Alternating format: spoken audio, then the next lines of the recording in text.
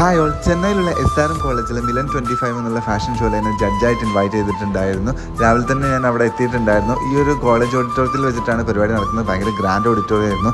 രാവിലെ തന്നെ ആയതുകൊണ്ട് ബ്രേക്ക്ഫാസ്റ്റ് വന്നു. നല്ല വിശപ്പുണ്ടായിരുന്നു. ആര്യഭവനിലെ ബ്രേക്ക്ഫാസ്റ്റ് അടിപൊളിയായിരുന്നു. എനിക്ക് ഭയങ്കര ഇഷ്ടപ്പെട്ടു.